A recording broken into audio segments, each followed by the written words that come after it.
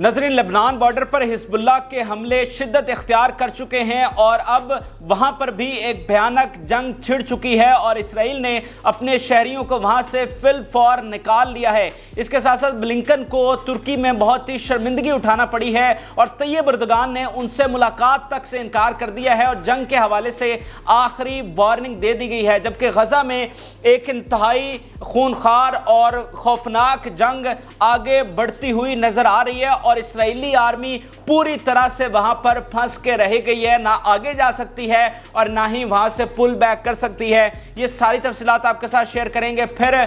اسلامی تعاون تنظیم کا ایک ہنگامی اجلاس اتوار کو منعقد کیا جانا ہے، اس پر بھی بات کریں گے، اور ایران کے سپریم لیڈر آیت اللہ خمینی نے امریکہ کے حوالے سے ایک بہت ہی اہم بیان جاری کیا ہے۔ وہ کیا خبریں ہیں، اور جو بلنکن ہیں ان کی عراقی پی ایم کے ساتھ ملاقات ہوئی اور وہ پیغام لے کر اس وقت ایران کے پریزیڈنٹ اور سپریم لیڈر کے پاس پہنچ چکے ہیں۔ تو یہ اندر کھاتے کیا پیغامات دیے جا رہے ہیں اور ایران کو جنگ سے کس طرح روکا جا رہا ہے، یہ بھی آپ سے شیئر کریں گے۔ لیکن سب سے پہلے غزہ کی جو ابتر صورتحال ہے، جو وحشیانہ بمباری وہاں پر کی جا رہی ہے، وہ صورتحال آپ کے ساتھ شیئر کر لیتے ہیں، کیونکہ اسرائیل جو ہے وہ اپنی تمام تر ناکامیوں کو صرف اس بمباری کے نیچے چھپا رہا ہے۔ تو کل جو انتہائی خوفناک بمباری کی گئی تھی، اس میں اب یہ اطلاعات سامنے آئی ہیں کہ 200 سے زیادہ لوگ شہید ہوئے ہیں، اور یہ 200 کے جو سٹیٹس ہیں یہ صرف نارتھ غزہ اور جو غزہ سٹی ہے وہاں سے ہیں، یعنی جو سینٹر میں بمباری کی گئی، جو ساؤتھ میں بمباری کی گئی، اس کے سٹیٹس ابھی نہیں آئے ہیں، اور اس میں بھی یہ جو 200 آئے ہیں اس سے اور زیادہ تعداد کا خدشہ ہے۔ تو لیکن ایک ہی رات میں 200 سے زیادہ لوگ ایک ہی علاقے میں جو ہے وہ